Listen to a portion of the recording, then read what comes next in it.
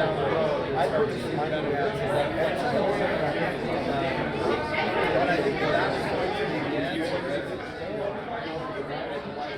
Firstly, and importantly, I'd like to acknowledge the land we are meeting on is the traditional territory of many nations, including the Mississaugas of the Credit, the Anishinaabe, the Chippewa, the Haudenosaunee, and the Wendat peoples, and is now home to many diverse First Nations, Inuit, and Métis people. It is my great pleasure to introduce Ojibwe elder from the Mississaugas of the Credit, Elder Gary Sue, to share a blessing for today's event. Elder Sue.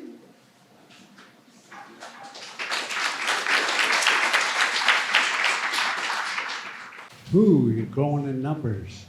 Bonjour, Ogajige, Higanin, and Dishnakas, Magazine Adodem, Mississauga and Dow, New Credit, Doomjig. And what I said, my name is Ogajige Higanin. It means Ogajige means like he eats a lot. But Higanin means with these, he builds everything. So I'm a builder too in my name because what it depicts is the two front teeth of a beaver. So the name is there, and so I always think when I first had that name, what am I going to do?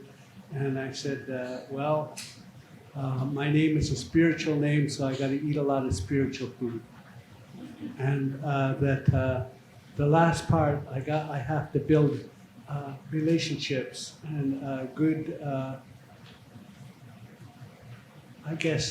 good relations between the First Nations and with the non-Aboriginal people that are come to this land.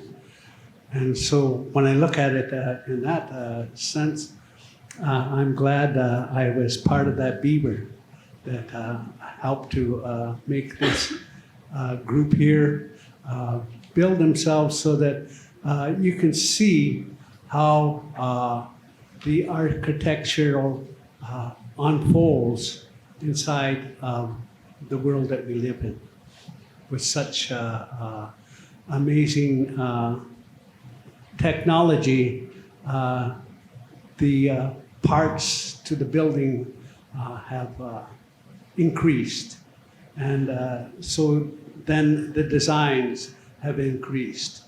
And so we as individuals have a diverse amount of different types of dwellings that we would like to live in, and that can be readily built for us in a fraction of the time that would it take in the past. So as a blessing, Nunakama Manitou, that means let us pray. Shiwase tu, I give thanks. Wasa Kabinjabam, Gwanishki Babigum, that means you've come far. Gwanishki Babigum, Kadea Kazim Wadak, you must be hungry after all your journey. Let us come and sit down beside each other and rise with good feelings inside of our heart as one. And so that's the blessing that is there. It's always been there, and it's a very old prayer that brought me to mind on this. So.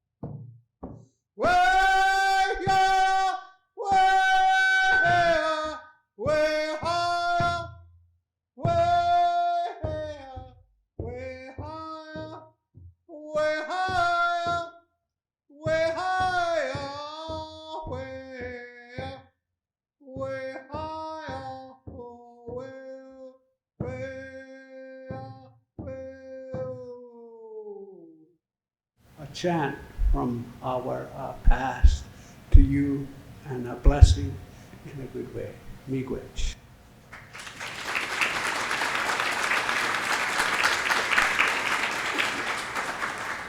Miigwech to Elder Gary Sue, and thank you so much for sharing that lovely blessing with us today. Welcome to Doors Open 2019. This year's theme is 20-something, because we're 20 years old. And it focuses on the events past and future, celebrating the first 20 years of our event, but looking forward to the next 20 years. I know you'll find lots of opportunities over the next day and a bit to explore your city in a creative way by going and visiting many sites or taking walking tours or visiting much of our programming at City Hall. Today you're going to listen to architects, designers, and an engineer discuss the next 20 years of creating our urban canvas, visioning Toronto as a creative work of art. I want to thank you to our presenting sponsor, Great Golf, our City Hall sponsor, Schlag, and our media partners, 680 News, Toronto Star, Omni Television, and Blog TO. This event would not be possible without you. It is also important that we thank and acknowledge today's programming partner and an organization that we have been working with for the full 20 years, the one and only, the great, the Toronto Society of Architects. And special thanks to one of our newest venue partners, Artscape Daniels Launchpad. I hope you have a chance to explore this amazing venue after the talk. It's now my pleasure to introduce Lisa Butler, the Director of Sales and Membership at Artscape Daniels Launchpad. Thank you again to the site for supporting Doors Open and hosting us here. Without further ado, Lisa Butler.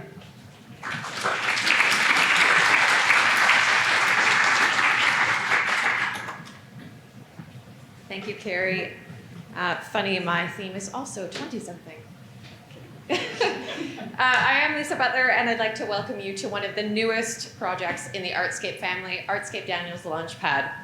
Over the last 30 years, Artscape has evolved from a Toronto-based, affordable artist studio provider to a global leader in creative placemaking, a practice that leverages arts and culture as a catalyst for community and urban development.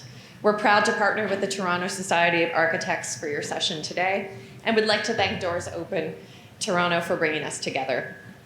Within this 30,000 square feet of modern design and engineering is Launchpad, a new member-based creative entrepreneurship hub featuring co-working and collaboration space developed specifically for artists, designers, and digital creators.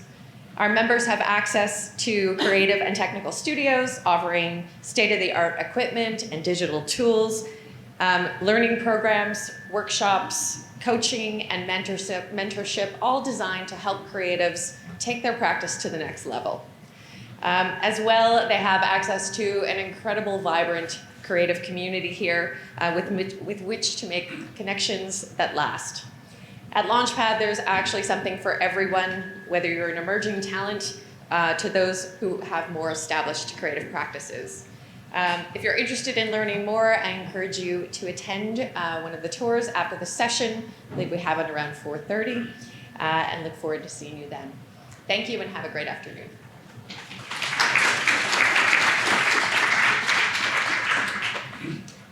It's now my pleasure to introduce our Toronto Society of Architects Board Chair, Maria Denegri. Please join me in welcoming Maria to the top.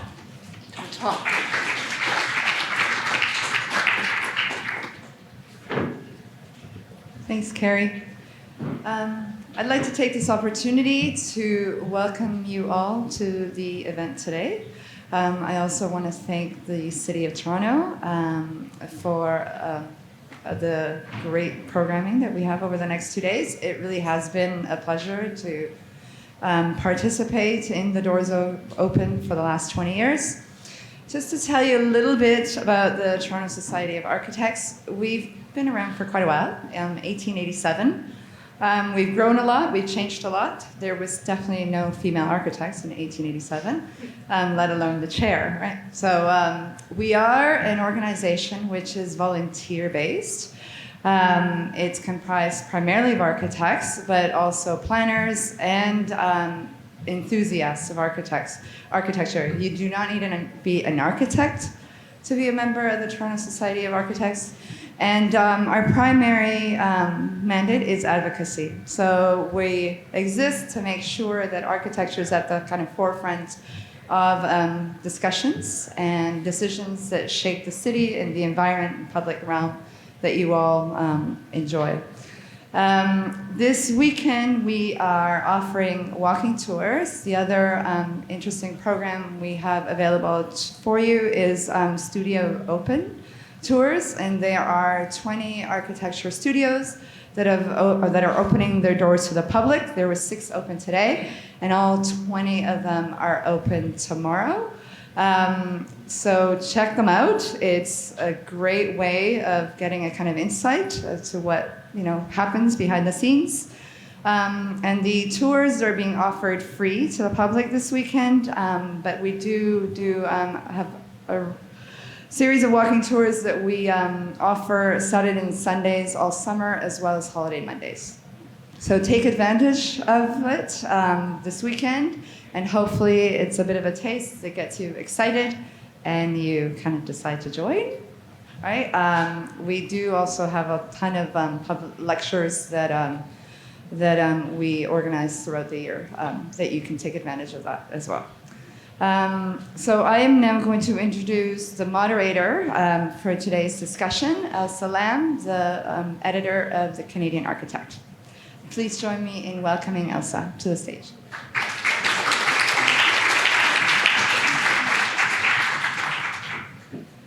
Hi, my name is Elsa Lam. As the editor of an architecture magazine, I'm always looking for the next big thing, whether it's emerging firms or the newest buildings, and most important of all, the latest ideas that are driving architecture and architects into the future. The TSA has lined up an incredible group of architects and other design professionals, I should say, that are doing just that. And if we look back at the last 20 years in Toronto, we can see, we're in this space right now that's the product of a rethinking about industrial infrastructure and how we can repurpose it. The whole waterfront of Toronto has basically developed or redeveloped over the past 20 years, as well as the distillery district, the brickworks, and so on. So when we look into the future, the question is, well, what are the ideas? If this kind of idea of industrial heritage has been one of the key drivers in the past 20 years, what are the ideas that are going to be important in the future? So here are some candidates. Architect Don Chong is going to start us off by talking about incremental urbanism and how architects are already shaping the future city, one small project at a time. Architect Tom Basai is going to be talking about the digital realm and how the latest materials and technologies are shaping architecture. Engineer Dave Bowick will give us a look at how Toronto's next big buildings are going to be built not necessarily out of steel or concrete, but perhaps out of wood. And ecologist Rob Wright will then take us through his vision for the role of green infrastructure in the future city. There's a big panel here, you'll notice, but these presentations are going to go very fast. So pay attention. And so number 5 is architecture master's student Michelle Azaroff, who will discuss how gender identity plays out in the design of spaces. And then last but not least, Andrea Manton is going to take a look at how Indigenous placemaking is influencing contemporary planning. So to start us off, architect Don Chong of HDR has established himself in Toronto's architecture culture through many years of architecture and placemaking. His project skills volley between strategic urban design realms, design thinking, and institutional work through the exquisite detailing of furniture. As well, he has a long interest in research-based design, including a lot of work researching the role of laneways in Toronto and how we can redevelop them. Don has spoken and written about architecture widely, including for Canadian Architect magazine. So, Don, please.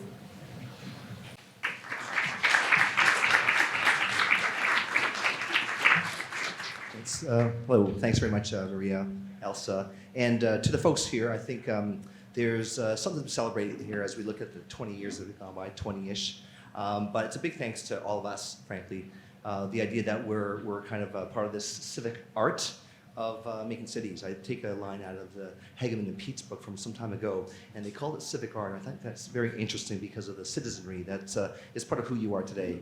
And hearing words like advocacy or trying to increase our talent, I think I heard that a little bit before, or to be catalysts, advocacy. I think these are kinds of things that we start to look at and want to try to understand what we're trying to build together collectively. I'm really only a product of the relationships I've been building here, and it's so great to see people, not only in the front row, but many of you here today. So maybe we could just go with the slides. It's going to go pretty quickly. Yeah, so I wanted to play the word civic a little bit and underpinnings. And I think for me, what we're trying to create in this new future studio I'm having on HCR, some of you may have known where it come from, it was a way to look at the things I've been doing through the projects and to try to reevaluate again and to see how there is actually systems at play. Speaking of play, it's going to be a big night today. Who doesn't remember?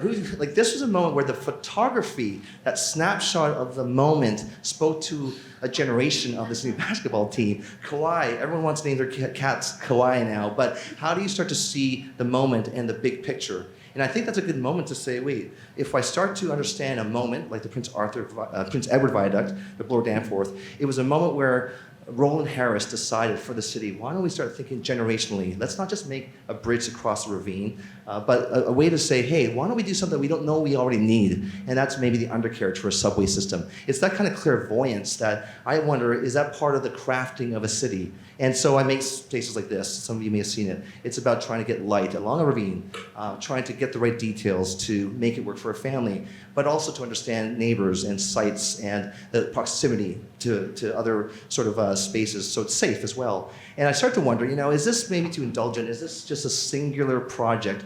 This one more recently documented for kind of a half laneway or half Victorian house. That's why you see the kind of origami-like structure there to feed in natural light.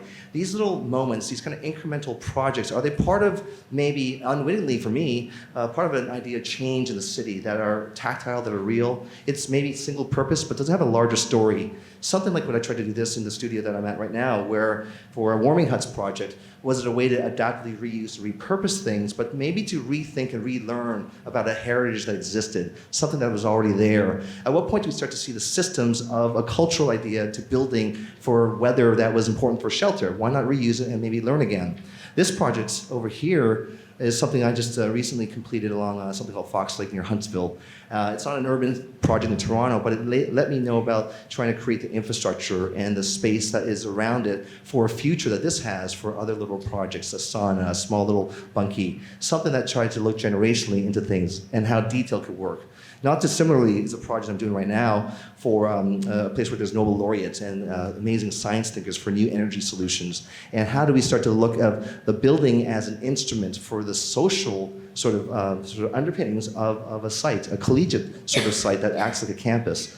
And I think at this point I start to realize it's not just about good design and moves, but maybe looking at the bigger picture, one that starts to understand the spaces, not only that, but the material or the use of volumes of the actual buildings. We are doing mass timber in this one. It's an interesting conversation I'm having with other colleagues in the room about the things we could do, but the narrative, the carbon narrative on these things, how are we starting to see the bigger picture? Is this a way to grow into the future? Something I did for a project some of you may have seen, for a project which I'm very proud of, but not only because it might look good. I think those days are over about aesthetics, but it's about how do you start to see maybe a project that is beyond the opening day moment, but it's about generationally thinking, about the amortized interest, not just for money, but even the life cycle of a child.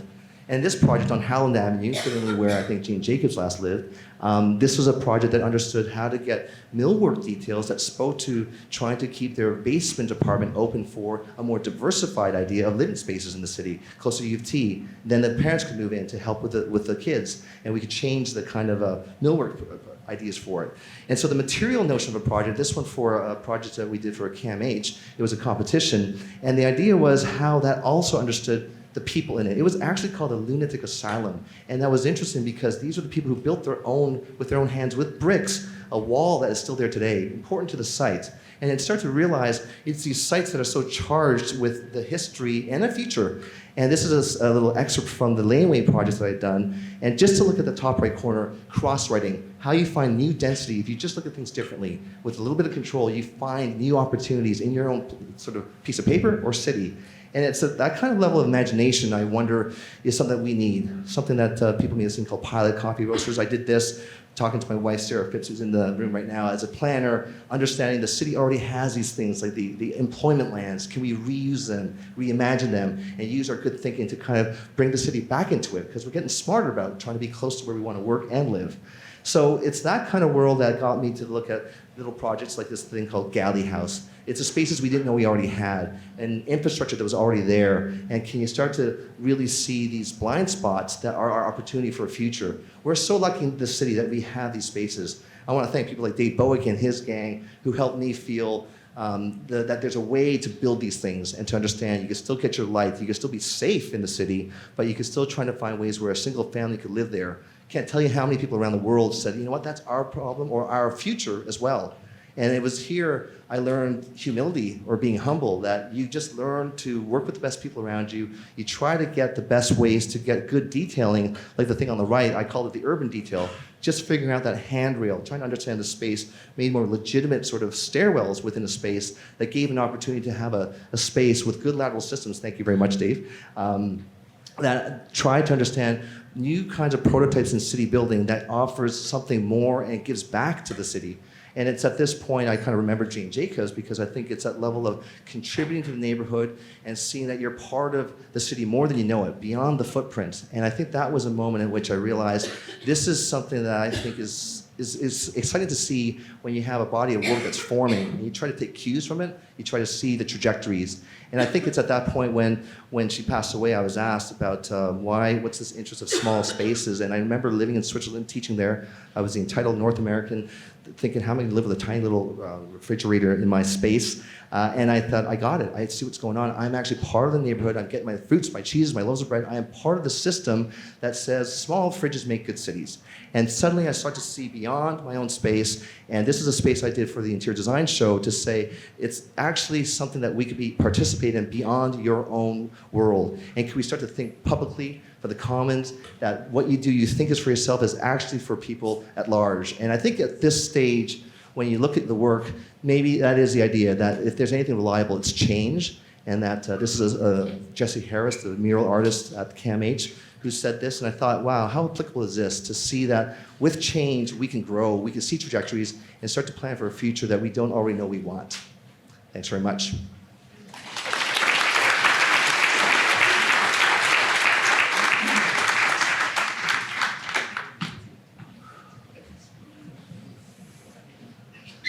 I hope you have a big glass of water there, Dawn.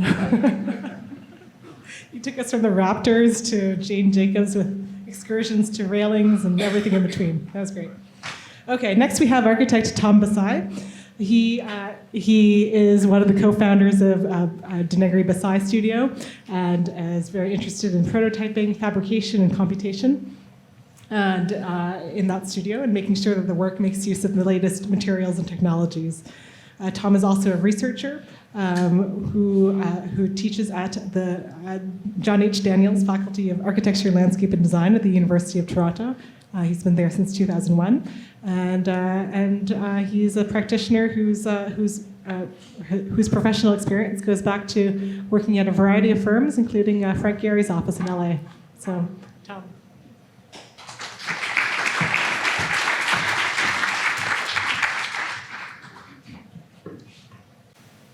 Everybody. Let me just get set before you get those slides going. As you know, we have our 20 seconds per slide. I'm going to show you a kind of an array of technologies that, in my view, will be kind of important as we conceptualize and occupy our city through the next 20 years using design and design technologies. So, a little bit more on the mic. Is that good? Okay, let it rip. So, here we go. These are the categories I'll be looking at. So complex building forms is one. On-site fabrication with robots and machines. I'll also look at lightweight deployable proto-architecture. Importantly, creative spaces of design and production. Finally, more on-site scanning and other technologies, and then one other category that we'll get to at the end. So I have a couple of slides for you to look at that really are great examples of the use of technology and design to produce a kind of futuristic, complex architecture. So this is a structure that was created by Benjamin Dillenberger in that regard. This is an example of a kind of hybrid use of new materials in an interesting way from our own practice. It's the Grasshead Park, historical park that's looking to kind of bring new materials to this age-old question of immigration into Toronto, using technology from robots and others for the design. Elsa mentioned Frank Gehry. He is very interesting for me still. I think he remains a relevant figure, and he has, as everybody knows, had a kind of important impact on Toronto. And so I think the future of this city, to embrace some of the ideas that Frank Gehry puts forward around form, exuberance, and how the city can take advantage of those things. And finally, as far as complex building forms, this is an example of a kind of way out project. It's a Zaha Hadid project, but it was the facade was engineered by Martin Rees from Front Inc., and it looks at parametric modeling and the kind of complexity that can be brought to a building. Okay, this couple of slides I have look at on-site use of robots and machines. This is a very big and important topic and super interesting.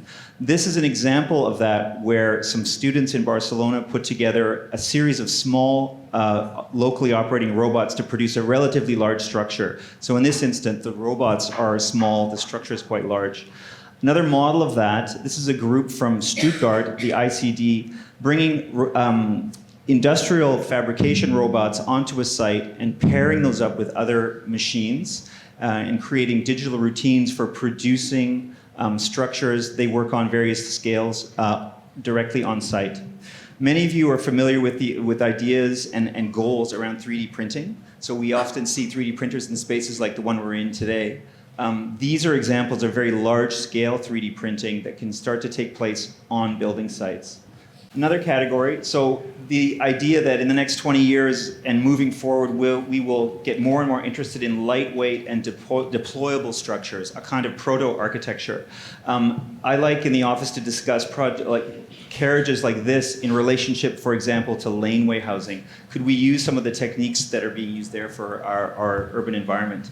On a kind of a parallel front, in the office, we worked on a project for the NXNE Music Festival where we were asked to produce a series of structures that were incredibly lightweight and temporal. And so we used inflatables. They went up in a day, they came down in a day, and they provided shade for the concert goers.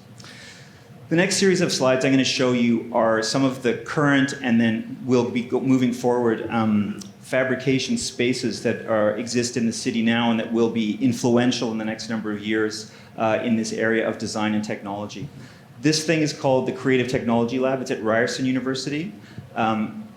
This is another slide from Ryerson. I was quite involved at Ryerson over the last couple of years working on, as part of the design fabrication zone, on incubator spaces and finding ways to do fabrication through those spaces, as again, very much like the space you're in right now. And so these things are becoming very important to the universities. The Daniels faculty, as many of you know who are in the kind of design community, the new building at 1 Spadina Crescent has been very provocative in its kind of hybrid approach to education and also to technology. And so what you have are these very kind of multi-purpose spaces. There's a building that has old and new in combination. It's very interesting. Another kind of space for fabrication is a little more advanced in some European countries. This is the robotics lab at ETH Zurich. And what you see here is a really large industrial space that allows the public to kind of participate in these futuristic fabrication projects. Closer to home, there's a space like that that's emerging here through Autodesk, a kind of commercial research kind of institutional space in the Mars building. And there's one in Pier 9 in San Francisco that Autodesk is heading up, looking to move from software to hardware and develop technology strategies. And finally, around the kind of spaces of design and technology, I thought this was appropriate to kind of end on in this part of the presentation. This is the studio of Philip Beasley, and his Living Architecture Systems Research Group is really a kind of architecture practice, but that is very engaged in technology and new techniques and the kind of fabric of what those are. Here I have a couple of slides on, again, on-site work, but more to do with scanning and capture technology and a kind of new or emerging point of view that is starting to come up in the design disciplines and that's going to become very provocative here in Toronto. This is in Ottawa. That's the Senate chamber of the Parliament buildings, and that's the Sims Lab in Carleton, who's looking at that from the perspective of VR. Many of you know obviously about Edward Bertinsky and his kind of work in the Anthropocene, studying these various environments. What I got to know a little bit through my work at Ryerson was that he has a fabrication lab, Think to Thing it's called, where they're very interested in the various points of view that the camera kind of takes today. Finally, I have a couple of slides around kind of interactive environments. This is called the Cadillac Live Showroom. It's a warehouse in Scarborough, but when you go in, you never go in. You go in online, and you're shown around, and you buy a car virtually. And finally, this is more of a provocation. It shows a series of different smart systems that are starting to kind of come to our cities. So one, the architect Greg Lynn was quite influential and has been working with Piaggio to create a kind of a following robot.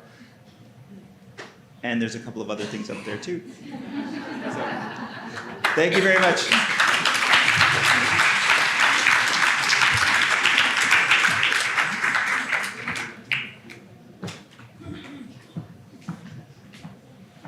The challenge of the Pecha Kucha format. You know, if you're interested in these things, I'm going to ask Tom to write an article for Canadian Architect, maybe about some of these things. Then we can look it up in my magazine. And I love that you showed the Daniels faculty with old and new. It's relevant because Rob Wright is very involved with Daniels faculty. We were just chatting before this about how they were filming a Disney movie with the kind of castle-like front of it there last week, and then this week they're filming like a Star Trek movie with the kind of futuristic back of that building as the backdrop. Rob Wright. Oops. Sorry. Oh, 1 sec. No, 1 sec. Who's next? David Bowick is next. Is that right? Yep. Okay. Rob is coming up after Dave. Okay, David Bowick of Blackwell Engineering is the kind of engineer that architects love to work with. He's got an inventive approach to design that makes him sought after, particularly when a project calls for innovative solutions. He's received awards for his work in wood, concrete, and architectural steel, but today he's going to be focusing on wood. He's worked on dozens of projects that have won architectural awards, including several Governor General Award-winning projects. David is an adjunct professor in the Masters of Architecture program at the University of Toronto. And without further ado.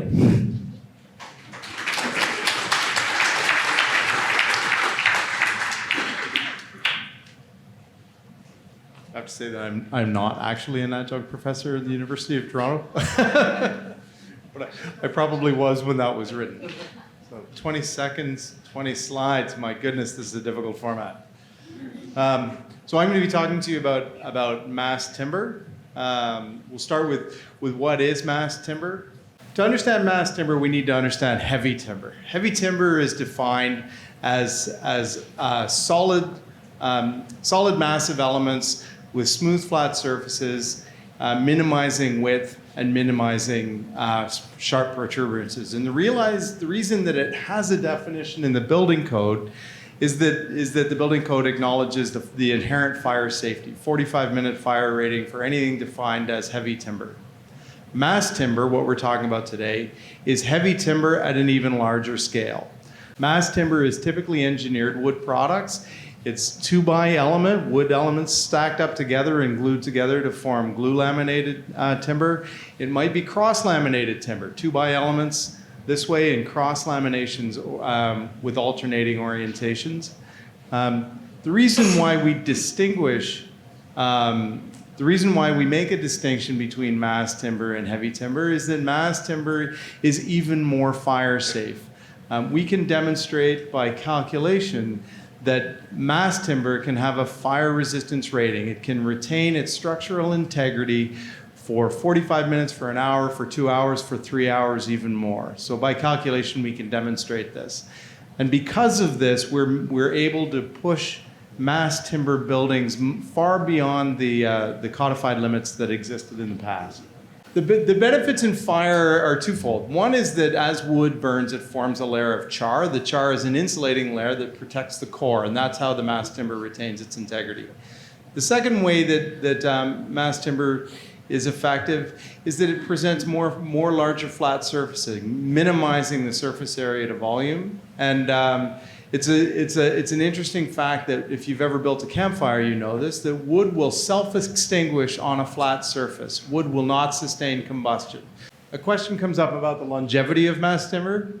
Another interesting fact is that it takes 25 a sustained moisture content of 25% or greater to initiate decay in wood, which means we need liquid water or we need 100% relative humidity, conditions that don't exist in buildings. So longevity is extraordinary in mass timber.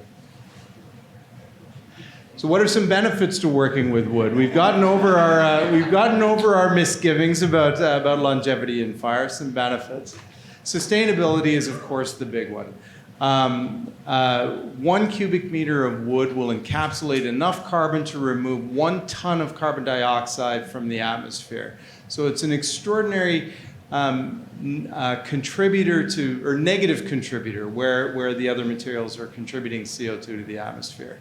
The best thing that we can do with wood is harvest as much as we can sustainably harvest and encapsulate it in long life products like construction of buildings. There's been a study in Minneapolis that demonstrated that wood buildings at end of life are significantly older than steel and concrete buildings. Long life is another way of building sustainably. Wood in construction is clean, quiet, warm, and fast. Fast and quiet means less disruption.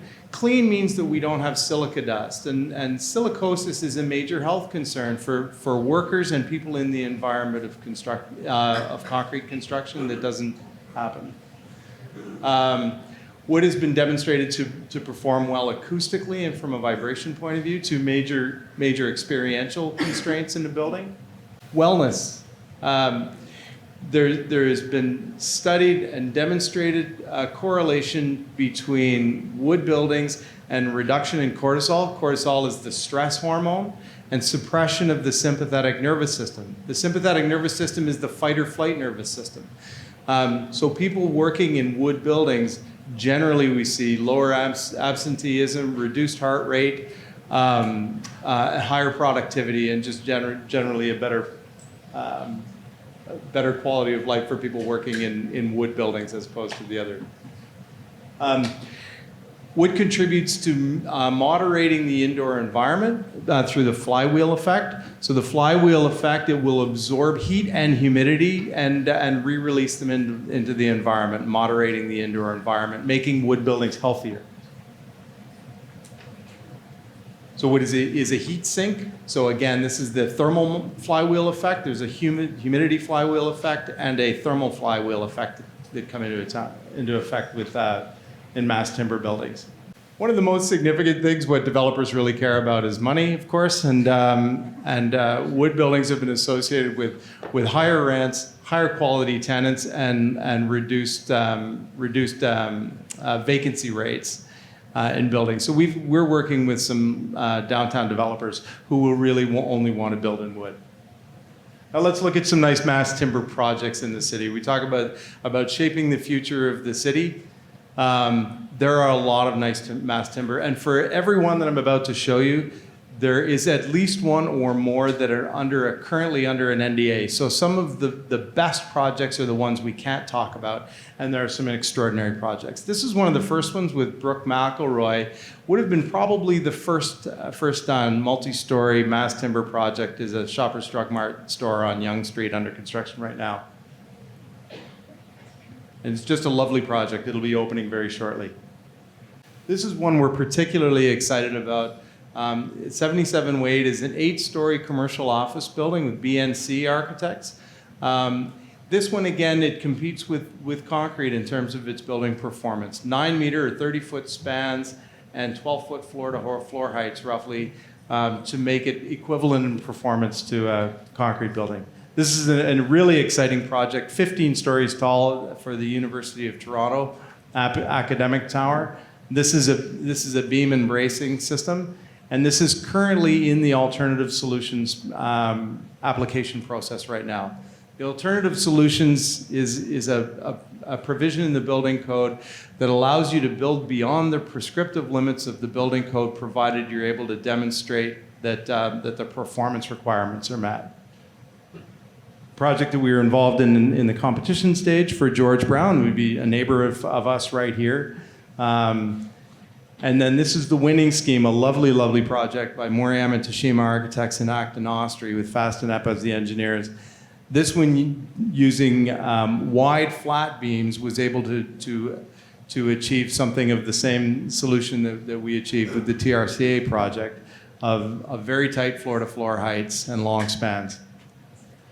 This was a really pioneering project, the Brock Commons project at UBC, Acton, Austria, and Fastenep.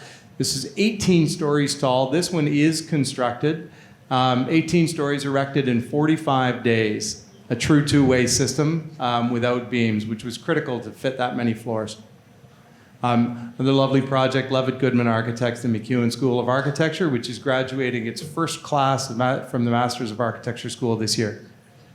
And then finally, one of the oldest buildings in the world, the Fogong Temple Pagoda, will be 1,000 years old in our lifetime, a mass timber project. And it's 67.3 meters tall. This is as tall as or almost as tall as the U of T academic tower. If it was built today, it would still be the tallest mass timber building in the world. You're probably all quite familiar with the AGO. This is a lovely project, not with mass timber panels, but with glulam. This is our pal David Moses was the engineer for this. And of course, Frank Gehry was the architect. This is mass timber used in an expressive way. And then this is another project from our friend David Moses. This is the Wayne Gretzky Athletic Center, the first project in the GTA to use cross-laminated timber panels. They estimated they saved 3 weeks in the construction schedule by using CLT. CLT stands for cross-laminated timber. Thank you very much for your patience.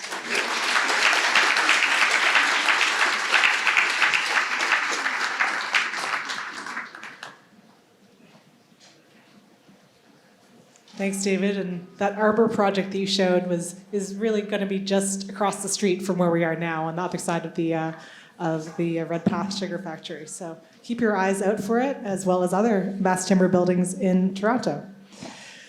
Next we really do have now Rob Wright, who's Dean of the Faculty of Forestry and Director of the Center for Landscape Research at the John H. Daniels Faculty of Architecture, Landscape and Design at the University of Toronto. He's also an associate at the City Centre at the University of Toronto and is cross-appointed with the Department of Geography. Rob trained in ecology and landscape architecture. He's both an educator and a designer and believes that design is built theory, or in other words, the theory and practice belong together rather than being in separate silos. His work is design-centered and extremely eclectic in nature. He's a self-confessed modernist, minimalist, and situationalist. And for Robert, the art of design is not merely object making, but rather the interplay of nature, person, community, city, and place. So, Rob.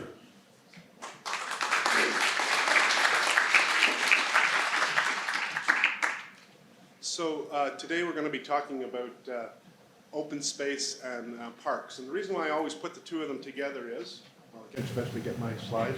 I practice this and I can do this in about, half the time. But if you look at Toronto, for example, we have 120 square meters per person of open space. 12% of the city is in parks. Requirements for new development is 5 to 15%, and the desire is to increase that by around 20%.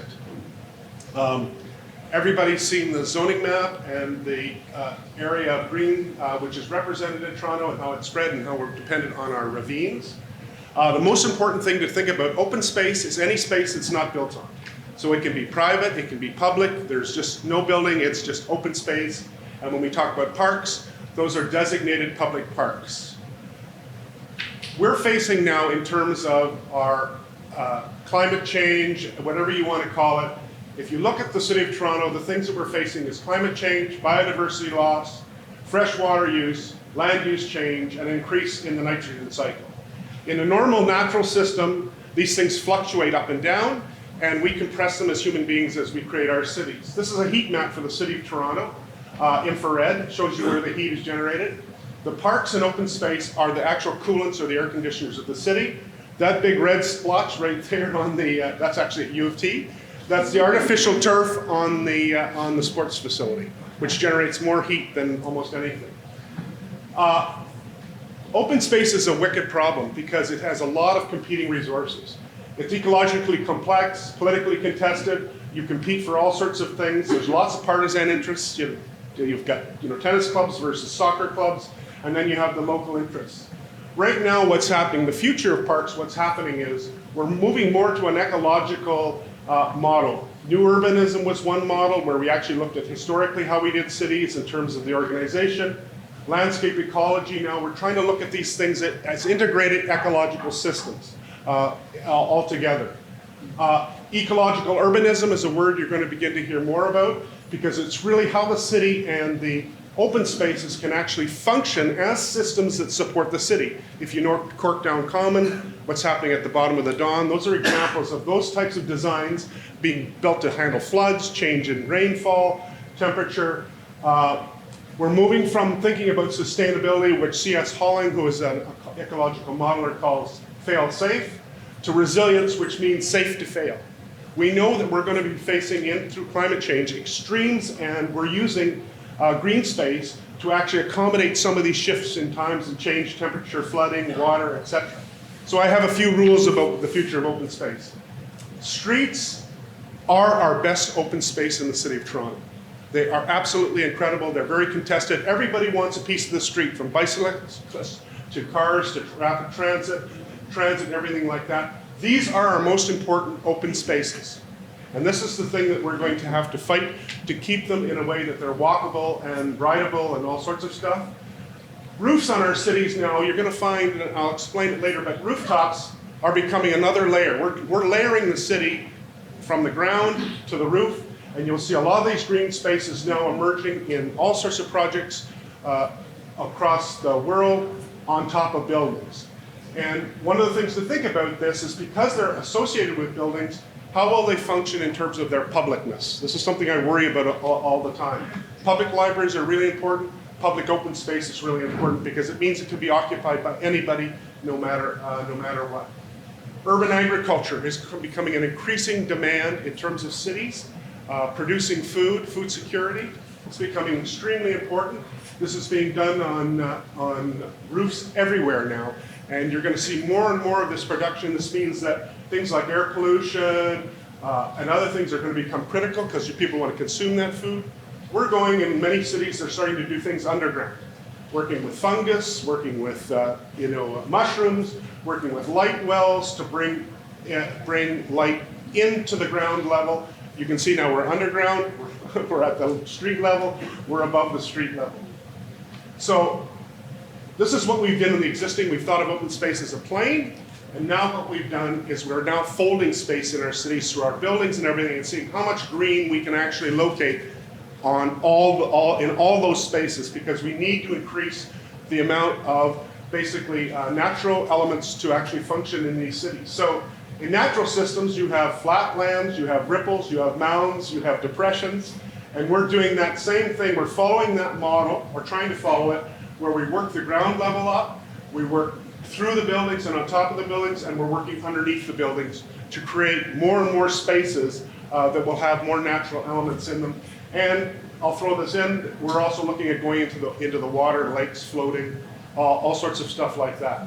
So the real thing is how we combine the city and nature together to great effect. And as I say, the only thing I worry about in terms of the complexity of this is how we think about publicness in this. So, this is from a lecture that was done that I would have attended.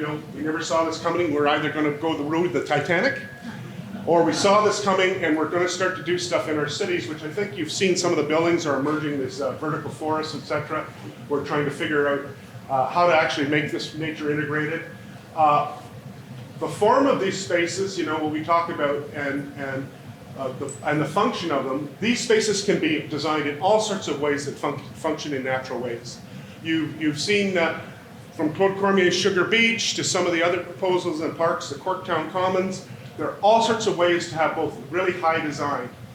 I believe that small scale is where we're going to see the most amount of change, is small scale projects are going to start to experiment in this particular area to create space, agriculture, and greening, which I think is actually going to be critical to us in the future. We need more transitional approaches to looking at this stuff. We need to be experimenting more in cities. Open space and parks are essential to balance all the technologies and market stuff that we're doing. The new keywords are biodiversity, biomass, and canopy cover. Those are things that people are looking for out of these spaces. And they're going to be multi-scalar and across a lot of things. And the most important thing is they must be public.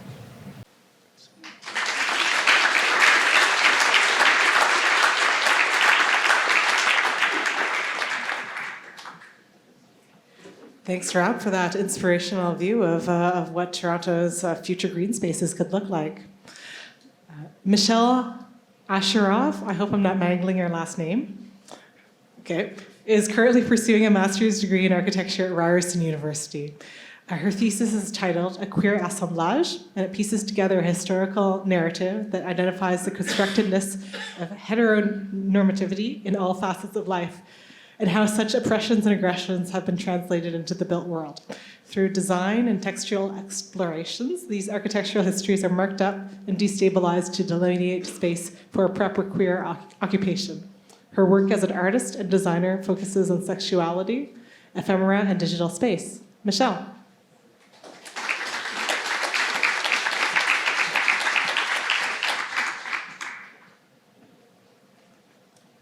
Hi everyone, thank you for having me. So I'm going to talk. Sorry. So I'm going to talk a little bit about. I'm just going to introduce my thesis that was titled "A Queer Assemblage," as Elsa had mentioned. So I'll be talking about queerness.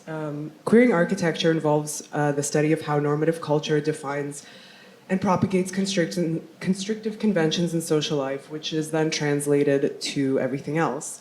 And when examining the different senses of the word queer, there's a shift toward intricacy over time. At first describing something as odd or suspicious or not straight in direction, and then describing in a derogatory manner those that fall outside of an assumed and compulsory heterosexuality, and gender binarism, which is the concept of heteronormativity. Eventually, it became a reclamation of the slur, rejecting categorization and providing ambiguity in that queer is never a fixed state, nor does it only represent a singular thing. So this frames the distortion or the rejection of such ideas of heteronormativity as an act of queering. Queering architecture also depends on the definition of architecture as not limited to building or material structures, but also a practice in which design, space, and politics converge to say something of spatial occupation. The idea of permanence is at odds with queerness, not because it's undesirable, but because queerness has been expelled from countless realms through multiple methods, forced into mobilization in order to legitimize an existence. In this respect, queerness is ephemeral and thoroughly transient. Consider policing and laws concerned with zoning or the sexual purification of material space, like the eradication of pleasure districts or the policing of bathhouses, or the eradication of digital queer spaces through the sexual purification of the web in responses to bills like SESTA and FOSTA, all of which disallow queer space to exercise permanence. Aaron Betsky and Jafar Kolb used the term atomization of space for queer use when discussing the transience of queerness, exercised through use of location-based dating applications that form a new kind of queer culture with a more intimate relationship to space itself, where intimacy and the most private facets of a social interior is suddenly made visible. The atomization of space partially facilitates the decentralization of queer activity in Toronto's village, an escape from an exclusionary homonormative precinct largely formed through municipal interventions. Queer people, primarily women or trans individuals and people of color, have departed from the old haven to newer establishments, primarily in the West End, but also to pop-up sites that live beyond the downtown core, initiated by organizations and artists rather than club owners and larger entities. The persistence of digital social networks has both contributed to the scattering of queer bodies throughout Toronto and reconnecting bodies through their need for community, constructing networks of pop-up sites, and a less oppressive landscape where queerness is more normalized allows queer individuals to move more freely. DIY or underground spaces are reactionary to societal constraint, empowering marginalized individuals to form new senses of community, new venues for expression and exposure, and impose alternative hierarchies. However, they suffer in that they are DIY and underground, easily dismantled when they reach a certain kind of publicity. So paralleled with the difficulties of achieving brick and mortar in Toronto's economic landscape, queer space maintains an ephemeral state. Queer spaces and digital spaces are complementary in the way they are acted upon, but also in their position. And we can consider what they have in common and how they inform each other, because the currency digital space has over material is overwhelmingly powerful, and its visibility plays a large role in the way we inhabit space. So the last two, this last slide and the third one, is this washroom that a lot of people have gone nuts over, and I have as well. It's located at Sketch London, which is an arts and dining institution. And this one washroom serves everybody without traditional division. The toilets are found in those egg-like forms, and their placement is quite unlike adjacent stalls that form the perimeters of a restroom. Such a visible and porous spatial configuration blurs our notion of the washroom and how to communicate and move within the space. With touches of kitsch, this design constructs the washroom as a stage for selfie taking and forms of sociality as something worth sharing. Those images on the previous slide, they were all found on Instagram on the same day under the geotag for this restaurant amongst like a slew of others. So this interplay between space and digital space, it permits a new kind of publicity through the production of experience and the proliferation of imagery on digital platforms. The presentation of the Great Hall defies the gendered position on the washroom, as its divisive precedent was set in law in 1887, concerned with how bodies should be organized in space with respect to binary gender.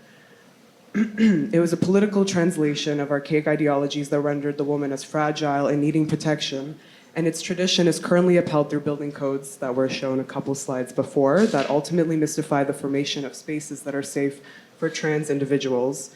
And at a time when access to facilities is increasingly debated against their favor, intricacies such as these involved in the act of building must be addressed. Media and digital space has allowed for a new kind of publicity with respect to previously hidden interiors, representing them in ways that could otherwise be intangible. And the division between public and private space or public and private information has been blurred. There's something to derive from how individuals represent and engage with space, and how space has been infringed upon once it enters a relationship with digital space. How can spaces reflect desirable and non-normative occupations, and how can we, as participants in architecture, consider how our actions and abilities can be reshuffled in the act of queered placemaking? So I want to finish a few words on orientation. In Sarah Ahmed's queer phenomenology, she stressed the concept of orientation, of being directed towards objects, spaces, and bodies, but also of disorientation, occurring when bodies stray from established lines of direction or of norms. And she writes, disorientation is unevenly distributed. Some bodies more than others have their involvement in the world called into crisis. This shows us how the world itself is more involved in some bodies more than others, as it takes such bodies as the contours of ordinary experience. The act of queering architecture is premised in this understanding, necessary when questioning how architecture is complicit in heteronormative subjugation and how the tension in power struggles and marginalization can be reconciled. Thank you.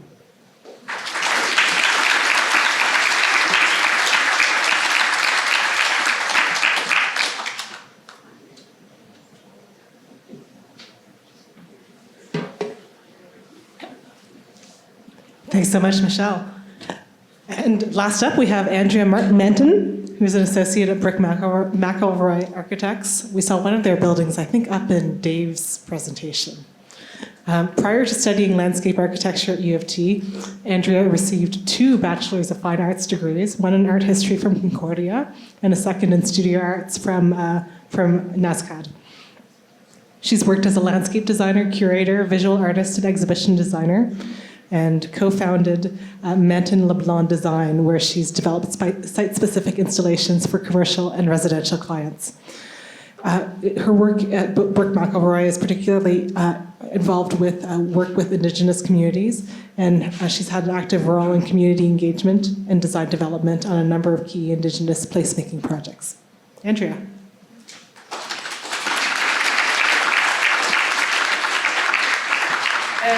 Before I go into the slides, I just wanted to acknowledge that I am not an Indigenous designer, so I cannot speak from an Indigenous perspective, and nor can I speak knowledgeably about Indigenous traditions and teachings, as these are not my stories to tell.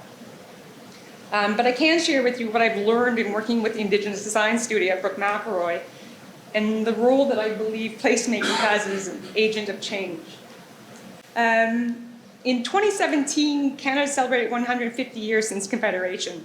What was not acknowledged as part of this celebration was the land that came to be known as Canada had once been called Turtle Island. It was home to a population of people who were Indigenous to this land and had a system of governments already in place. We know from archaeological evidence that many First Nations made their home here in Toronto and area. In spite of a long history, the presence of Indigenous culture is remarkably absent from our cities, towns, and public institutions. There are some small gestures that allude to this presence, but they are far too few.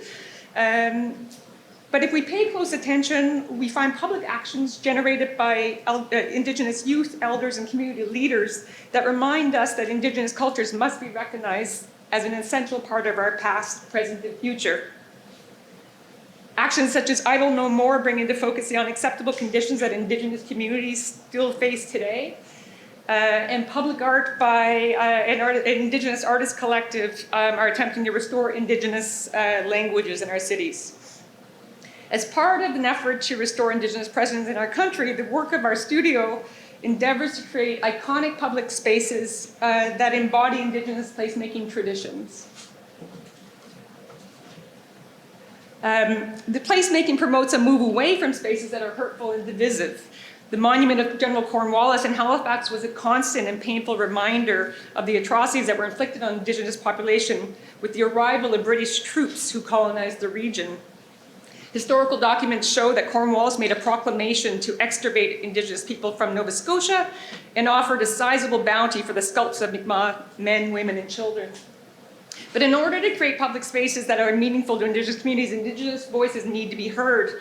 It's not been the tradition of those in control of the public realm to include these voices in the creation of places of gathering. In recognition of this omission, local Indigenous communities are now sometimes consulted, but this engagement is limited and comes too late in the process to have a meaningful impact. Our studio endeavors to put in practice a model that fosters relationship with Indigenous community members so that outcomes reflect an ongoing collaboration. But this model is a work in progress. Indigenous placemaking projects draw on the social determinants of health and is derived from a strength-based empowerment model. It seeks to inspire the young and build leaders equipped to tackle issues impacting their communities.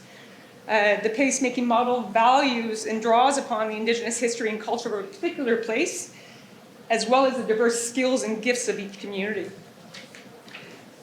As Indigenous worldviews encompasses a profound respect for the land, the shoreline around the Spirit Garden in Thunder Bay, an early project for us, was restored to pre-industrial and ecologically rich conditions. The creation of meaningful places of gathering that appropriately reflect Indigenous culture requires that we, as non-Indigenous partners in the design process, leave behind any preconceived notion and enter the conversation with an open mind and an open heart. Successful designs come from developing relationships that are based on trust and respect. It requires us to listen and learn, and just as often it requires us to unlearn what we already know. This is from a project at Humber College that we did a number of installations for. These spaces reflect Indigenous culture and worldviews as they pertain to history, community, and the natural environment, and have the capacity to teach us all something about our past and futures, particularly about the way that we undervalue the land that surrounds us. It is about changing the way we think and work, and often requires us to abandon the institutionalized procedure and schedule that typically reigns over the realization of public and institutional projects. As part of the series of cultural markers at Humber College, this prominent and the following slide are prominent installations that signal to all students that a strong Indigenous presence on campus is valued by the college. To see oneself reflected in one's environment is an empowering experience.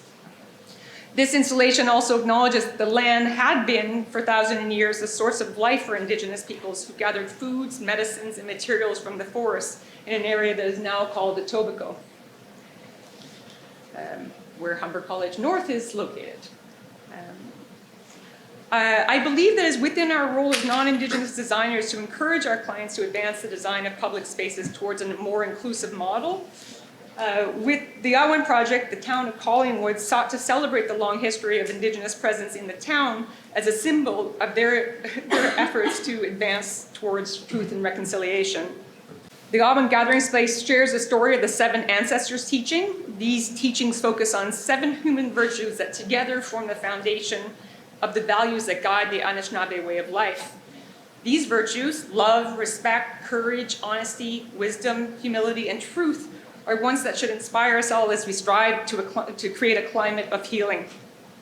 Returning back to the earlier diagrams, I spoke of aspiring to the linear model on the bottom left as a model for a well-integrated design process, but a better model is one that works in a cyclical manner, where Indigenous communities drive the design process from concept to implementation, and where Indigenous designers, fabricators, builders are essential to the realization of project, and where non-Indigenous designers play a supporting role, if any.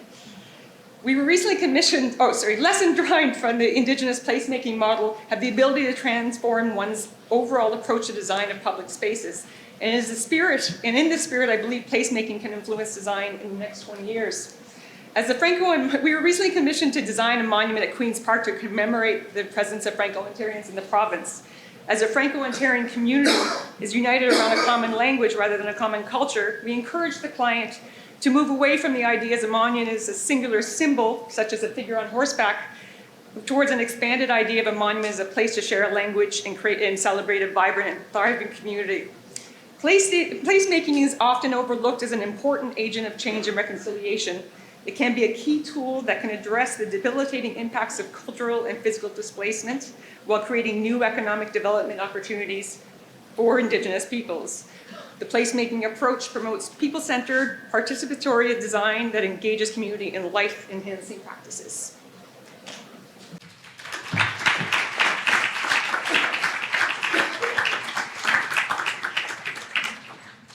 Thank you all first for your presentations, and hopefully this gives us a bit of a chance to unpack some of the things that were said. I'd like to go right back to something that Don said at the beginning. Don, in your presentation, you said aesthetics is over. And indeed, many of the presentations were talking about design process and about kind of the technical function or ecological function of architecture and different kinds of places. So I'd like to maybe get some more comments on if, and there is a sense that in the architecture world that we've kind of gone through a period where starchitects are very important, where the Frank Gehry's and others building really impressive looking buildings was something that cities like Toronto really valued. And I have heard in the architecture community some people discussing, like, is that still happening, or have we moved on to something else? So. Yeah, thanks a lot, Elsa, for that comment. I think, I did bring that up, and maybe not to try to be so provocative, but yeah, are the days of just aesthetics over? I'd say yeah, because I don't think they were there in the first place, quite honestly. And I think that there's a point at which I wonder if many of the people up here and those in the room would start to wonder that a lot of what we're trying to do, we're starting to learn and unpack and unlayer the very things that we do. And there's a moment in which, even with things like just being responsible, whatever that is, culturally, socially, economically, sustainably, there's a point in which I start to wonder personally, and I wonder if my sort of colleagues would think the same, that suddenly everything you need to do is everything you want to do. And it's as if there was a moment in which maybe in my schooling and training in early years that, oh, I want to do this, but you know what, it's just not right. Or I got to do this, but it's just a bit too frumpy. And I'm thinking, really? Is that what it's come down to? And I think at a certain point, you realize composing a facade on its own is somewhat almost so selfish maybe. And maybe, at least for me, I'm starting to see ways in which you could do things that are systemically, generationally impactful. Because I gotta wonder, that's sort of how we got here with many other things. And I feel it liberating when we say it's not just about the aesthetics. And one thing I do say a lot is it efficient, is it effective, and maybe is it elegant? That, is it beautiful when you close your eyes? Is the idea already there? And that's maybe how I probably brought that idea up. Anyone else want to weigh in on, is aesthetics dead? Alive? I mean, I can maybe jump in and just to build on what Dawn was suggesting, and also to kind of comment on this idea about aesthetics from the point of view of the use of technologies and some of the things that I was showing. I mean, I think that, you know, panels like this that are very diverse, there's a really a kind of a beautifully broad range of representations and ways of looking at the city that have been kind of assembled here.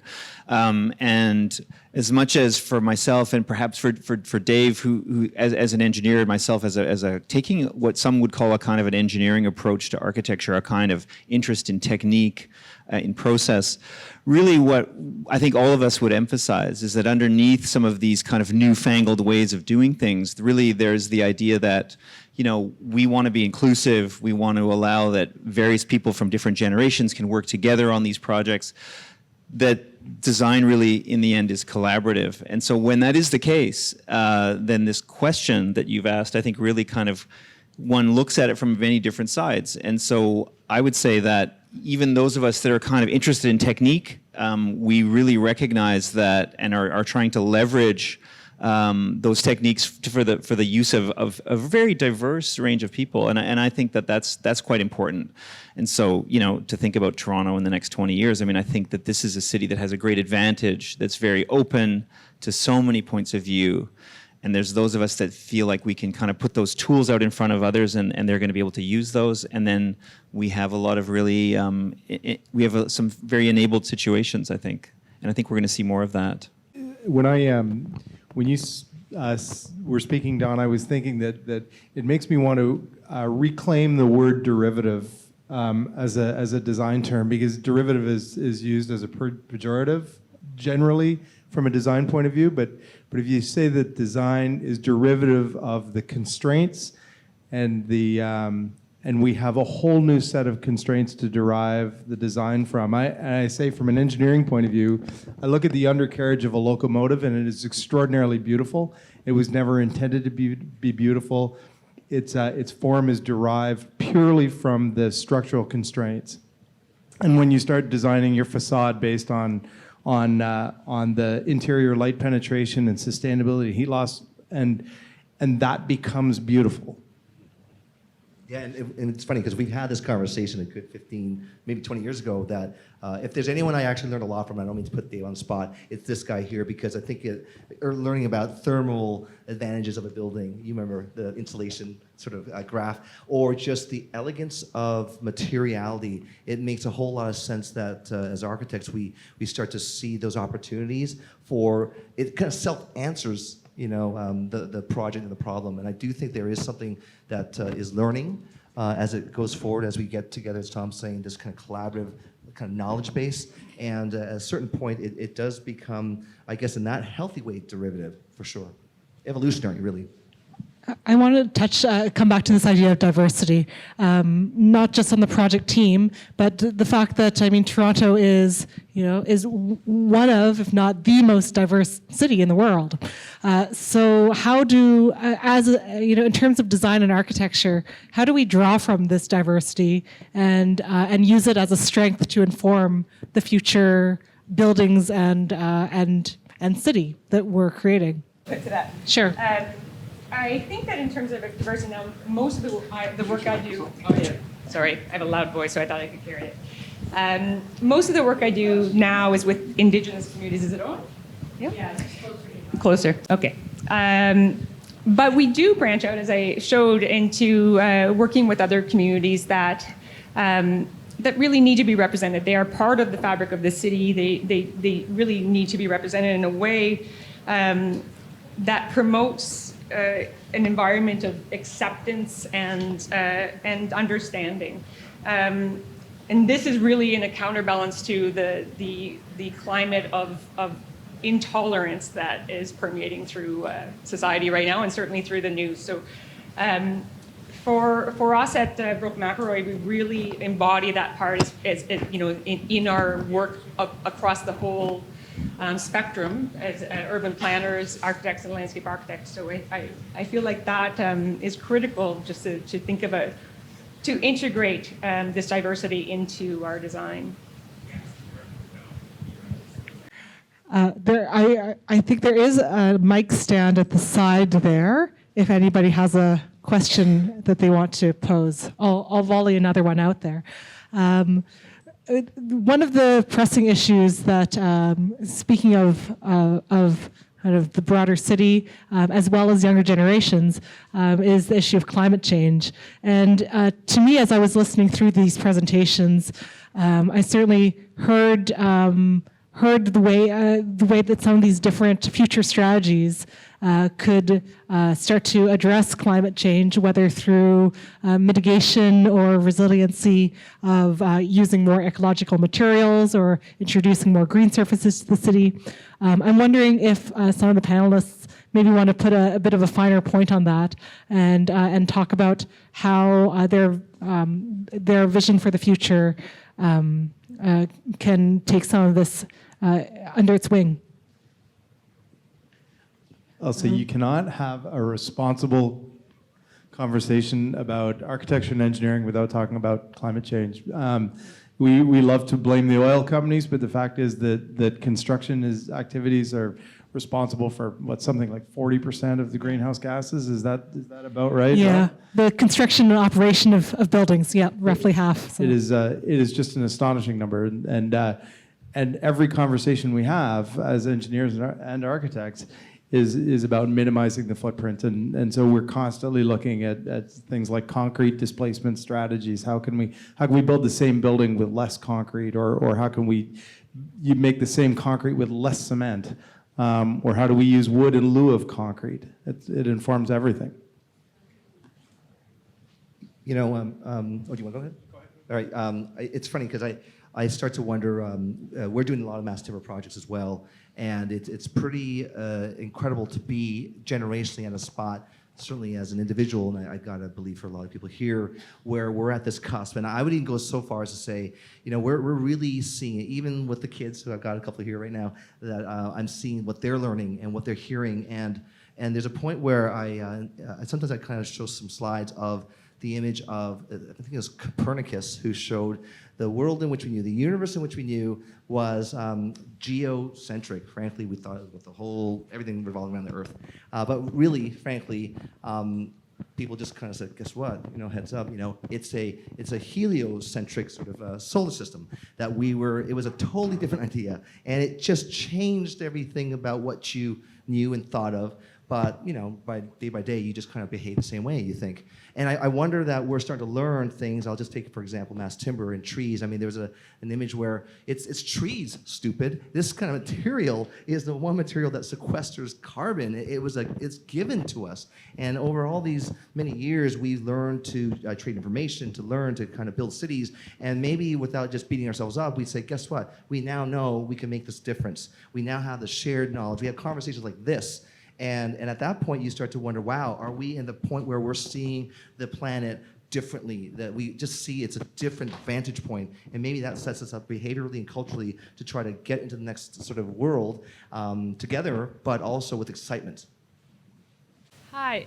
So this question kind of goes along with climate change, and it's really great to see all of the new projects that incorporate sustainability and climate resiliency. But I was wondering if anyone could touch on how, instead of all these new projects, we could incorporate that into what already exists, so any buildings or infrastructure. Rob, do you want to take that one? Oh, sorry. Well, we should always start by reusing the existing buildings we have. We have a huge building stock, for example, in Toronto, probably most of it south of Bloor Street, more than 100 years old. That has functioned for probably 5 or 6 generations and will continue to do so. So we have to look at all those things as an asset to remove all of that and just eliminate it.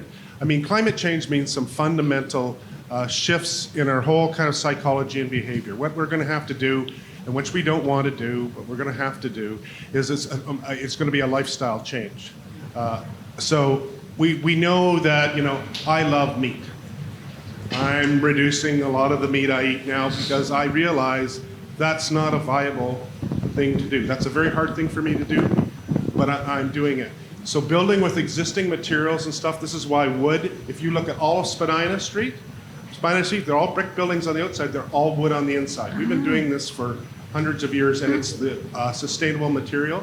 But nothing is more sustainable than the things that we already have built up. They represent a massive investment.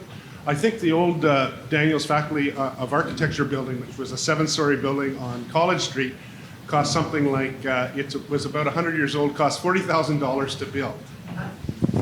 And you couldn't touch it now for less than 40 million, as an example. So that shows you the kind of value that's built into these things. Again, not everybody wants to use a 100-year-old bathroom, right? So there are certain things that we do that culturally we can do this, and that's where our creativity is really, really important right now, because we fundamentally have to change almost everything we're doing.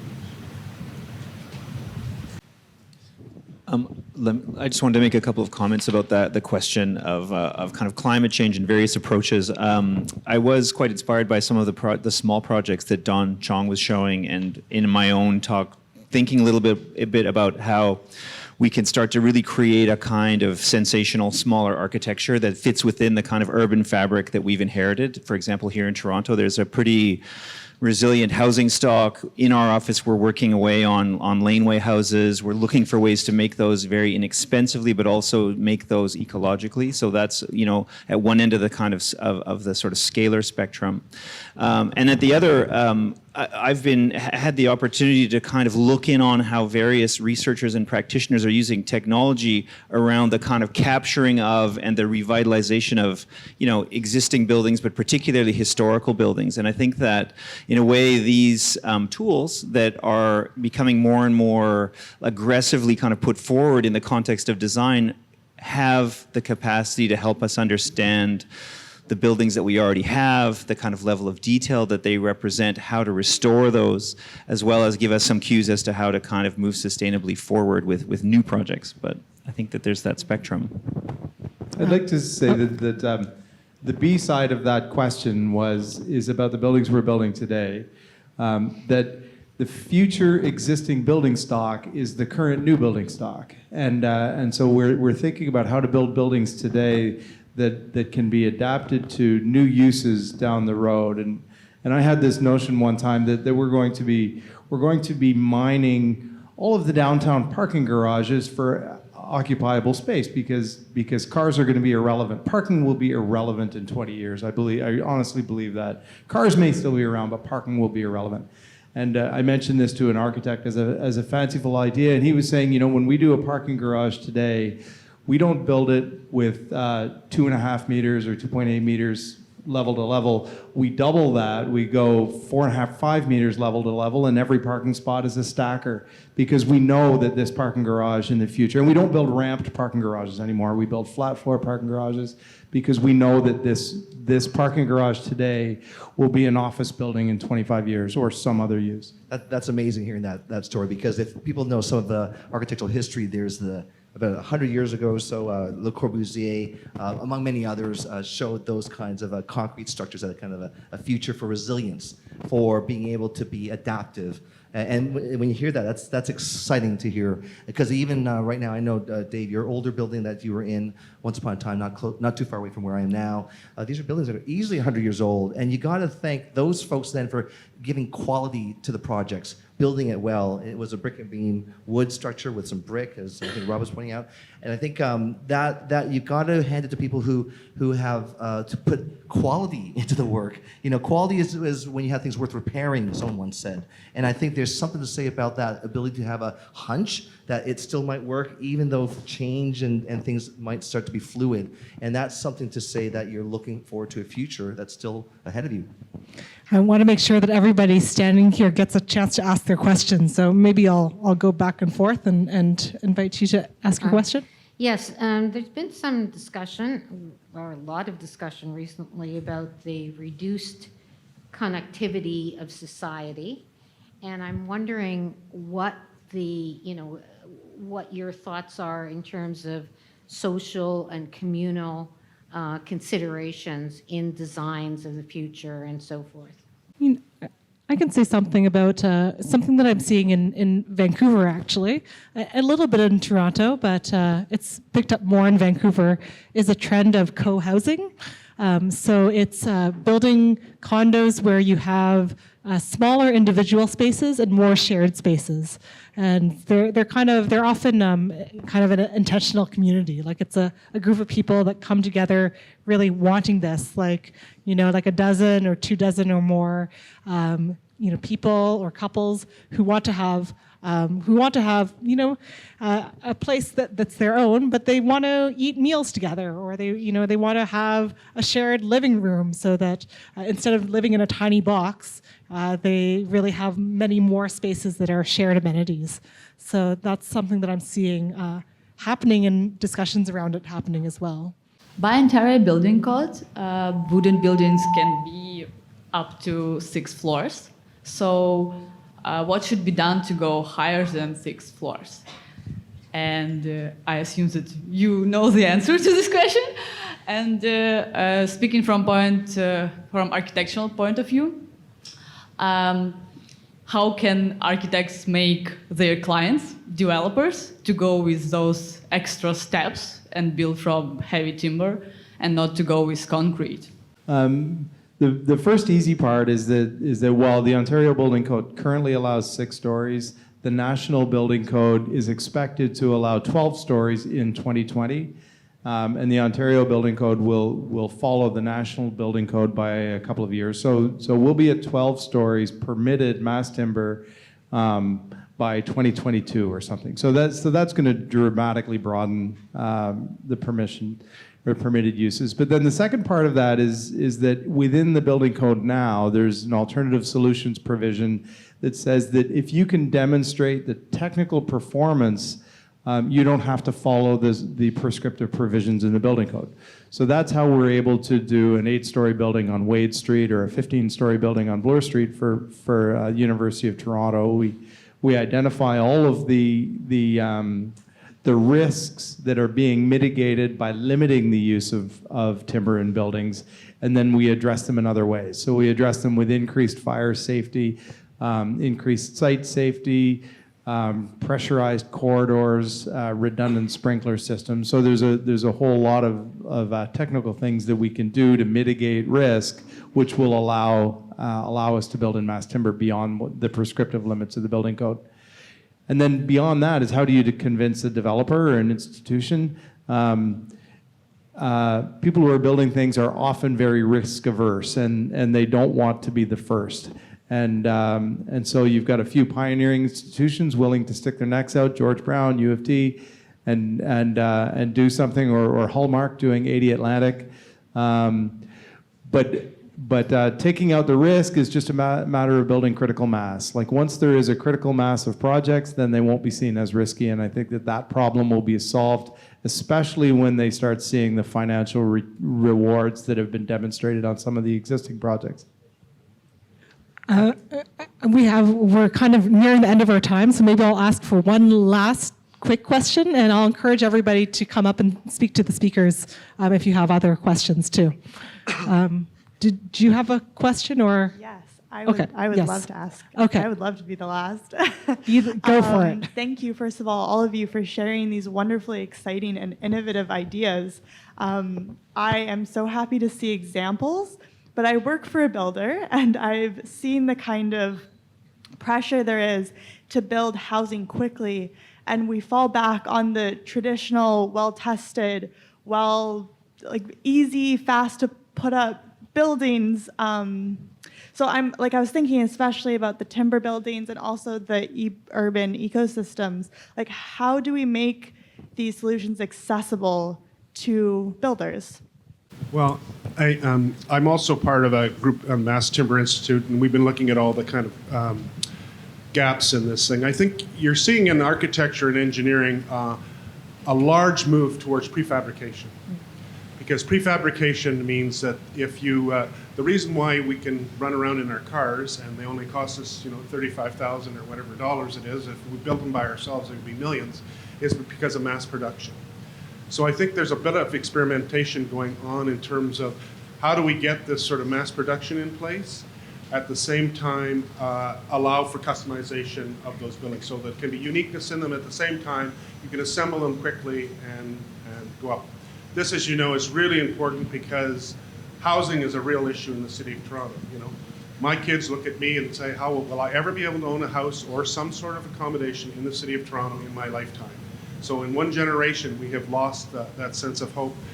And I do believe in developing those systems. The other thing that's happened is that in Quebec and BC, they put, for example, in the timber thing, they both have wood charters, which actually promoted the use of wood in smaller scale buildings like schools and arenas and everything like that, which really drove a market that made people become more interested. It drove companies to produce more of this material and became more of a matter of fact for doing this on smaller scale buildings.